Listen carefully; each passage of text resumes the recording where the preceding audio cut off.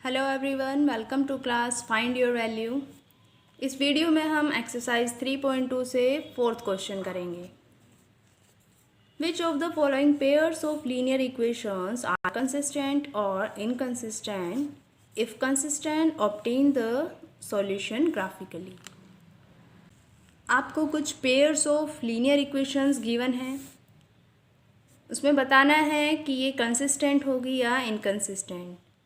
अगर कंसिस्टेंट होती है तो उसके सॉल्यूशन फाइंड करने हैं ग्राफिकली। कंसिस्टेंट और इनकंसिस्टेंट, इसके लिए हमने थर्ड क्वेश्चन किया है, वो लास्ट वीडियो में है। अगर आपने नहीं देखी तो यहाँ आई बटन में आपको मिल जाएगा। सो स्टार्ट करते हैं question 1। x + y = 5, 2x + 2y = 10। ये दो इक्वेशन हैं। पहले हमें बताना है कि ये कंसिस्टेंट है या इनकंसिस्टेंट। उसके लिए फर्स्ट इक्वेशन से a1 की वैल्यू 1, b1 1, c1 है 5, इसी तरह a2 2 है और b2 2, c2 है 10। a1 a2 इन दोनों का रेशो फाइंड कर लेंगे 1/2, b1 b2 1/2, c1 c2 5/10 और ये सिंपलेस्ट फॉर्म में कन्वर्ट हो सकता है। यहाँ लिख देंगे हम 1/2। a1/a2, b1/b2 एंड c1/c2 तीनों ही इक्वल आए हैं जब a1 a2 का रेशो, b1 b2 का रेशो, c1 c2 का रेशो तीनों इक्वल आते हैं। अगर तीनों इक्वल आते हैं तो वो लीनियर इक्वेशन कंसिस्टेंट होती है। सो ये लीनियर इक्वेशन कंसिस्टेंट होगी। कंसिस्टेंट है तो अब हम इसका सॉल्यूशन भी फाइंड करेंगे। सॉल्यूशन फाइंड करने के लिए दोनों इक्वेशन का हमने टेबल बनाया। टेबल बनाने के बाद क्या करेंगे, पहले पुट x = 0, एक बार x 0 रखेंगे। जब x 0 रख रहे हैं तो y की वैल्यू आ जाती है 5 - x, यानी y आ जाता है 5। x की जगह 0 रखा हमने, 5 - 0 5। इसी तरह आप दूसरा सॉल्यूशन फाइंड कर सकते हैं जब पुट करेंगे y = 0। जब y 0 रखेंगे तो x आ जाएगा 5, y 0 x 5। इसी तरह सेकंड इक्वेशन से भी सॉल्यूशन फाइंड कर लेते हैं। जब हम x 0 पुट करेंगे तो y कितना आ जाएगा, देखो यहाँ से हमने 2 कॉमन लिया, इधर बचा x + y = 10 और x + y आ जाता है 5। ये सेम ऊपर वाली इक्वेशन है, इसके भी यही दो सॉल्यूशन आएंगे। x 0 रखेंगे तो y आएगा 5 और जब y 0 रखेंगे तो x आ जाएगा 5। सो हमें दोनों इक्वेशंस के दो सॉल्यूशन मिल गए हैं। अब हम क्या करेंगे, इन सॉल्यूशंस की हेल्प से, इन टेबल की हेल्प से ग्राफ ड्रॉ करेंगे। फर्स्ट टेबल के पॉइंट्स हैं 0 5 और 5 0। सो 0 5 0 5 और 5 0, इन दोनों को ज्वाइन करेंगे पॉइंट्स को।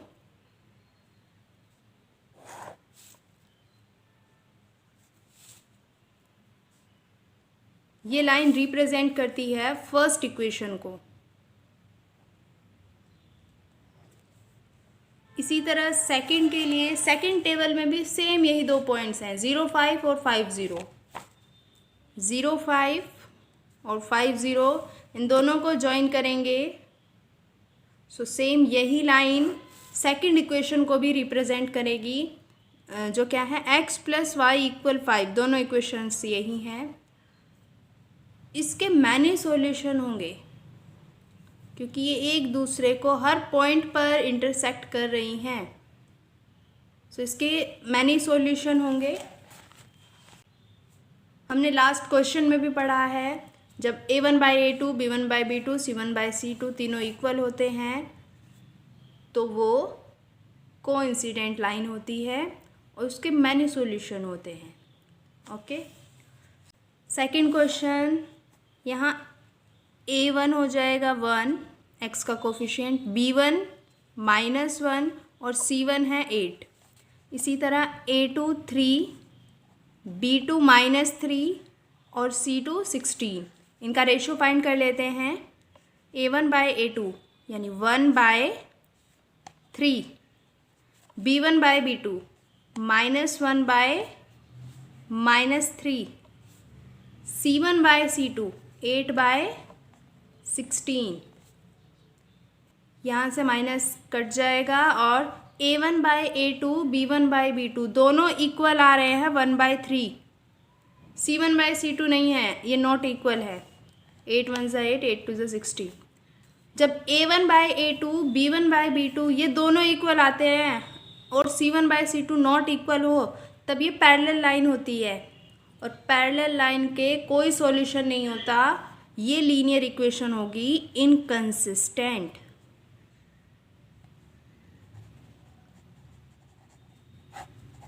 ये इनकंसिस्टेंट होगी तो इसके सॉल्यूशन फाइंड करने की ज़रूरत नहीं है, क्योंकि इसके सॉल्यूशन होते ही नहीं हैं।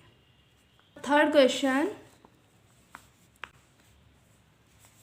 a1 है 2, b1 1 and c1 -6, a2 4, b2 -2, c2 -4, a1/a2 2/4, b1/b2 1/-2, c1/c2 -6/-4।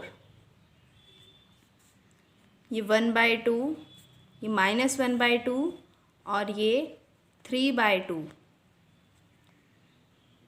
a1/a2 not equal है b1/b2 के, a1/a2 नॉट इक्वल b1/b2 और फिर c1/c2 की तो बात ही नहीं करेंगे अगर a1/a2 b1/b2 के नॉट इक्वल होता है। जब ये नॉट इक्वल होता है तो इंटरसेक्टिंग लाइन मिलती है हमें, जिसका एक सॉल्यूशन होता है, यूनिक सॉल्यूशन होता है। सो इसका सॉल्यूशन फाइंड करेंगे बायोग्राफिकली। ग्राफ से सॉल्यूशन फाइंड करने के लिए हमें दोनों इक्वेशंस की टेबल चाहिए। फर्स्ट इक्वेशन है 2x + y - 6 = 0। जब इस इक्वेशन में हम x 0 पुट करेंगे तो ये टर्म 0 हो जाएगी और y आ जाएगा 6। x 0 y 6। फिर एक और सॉल्यूशन के लिए हम y 0 पुट कर रहे हैं। जब y 0 पुट करेंगे तो 2x कितना आ जाएगा 6 और यहाँ से x की वैल्यू आ जाएगी 3, x 3 y 0। दो सॉल्यूशन हमें मिल गए हैं। इसी तरह सेकंड इक्वेशन के लिए भी सॉल्यूशन फाइंड कर लेंगे। अगर हम इस इक्वेशन को रीअरेंज करें, लोवेस्ट टर्म में कन्वर्ट करें, यहाँ से 2 2 2 तीनों से कॉमन आ जाएगा, अंदर बचेगा 2x - y - 2 = 0। ये आएगा। इस इक्वेशन में जब x 0 पुट करेंगे तो y आ जाएगा -2 और जब इस इक्वेशन में y 0 पुट करेंगे तो x आ जाएगा, x कितना आएगा 1। सो दोनों इक्वेशन के हमें दो सॉल्यूशन मिल गए हैं। इन दोनों इक्वेशंस को भी ग्राफ में रिप्रेजेंट करेंगे। फर्स्ट इक्वेशंस के पॉइंट है 0 6 और 3 0, 0 6 0 6 और 3 0 3 0।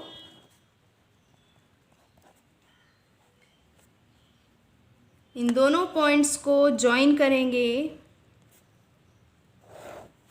इन दोनों पॉइंट्स को ज्वाइन करने वाली जो लाइन है वो रिप्रेजेंट करती है फर्स्ट इक्वेशन को, जो क्या है 2x + y - 6 = 0।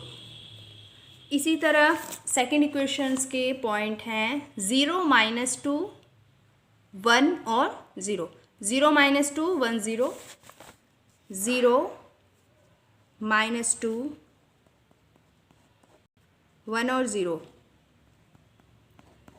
ये दोनों पॉइंट्स, इन दोनों पॉइंट्स को ज्वाइन करेंगे।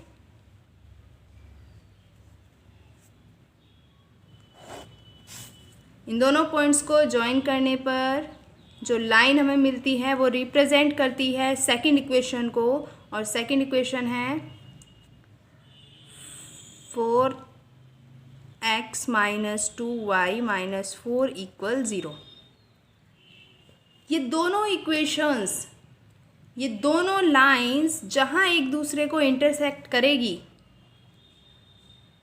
वो इस पेयर ऑफ लीनियर इक्वेशंस का सॉल्यूशन होगा। ये कहाँ कट कर रही है? ये पॉइंट है 2 और ये y एक्सिस का है 2, 2 पर इंटरसेक्ट कर रही है, तो यानी इसका सॉल्यूशन क्या होगा? 2 x की वैल्यू भी 2, y की वैल्यू भी 2।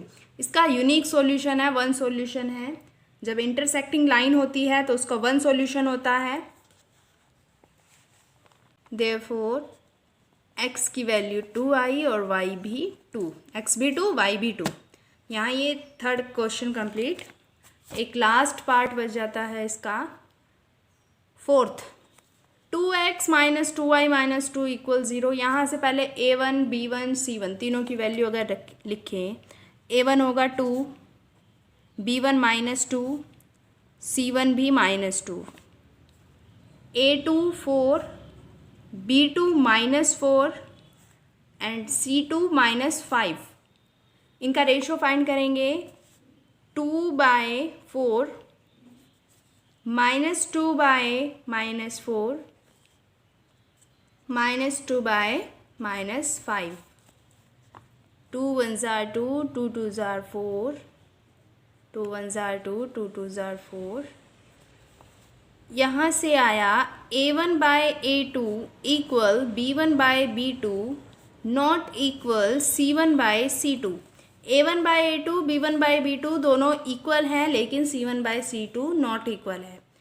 तो ये पैरेलल होगी, लाइंस पैरेलल होगी, तो इसका कोई सॉल्यूशन नहीं होगा, ये होगी इनकंसिस्टेंट।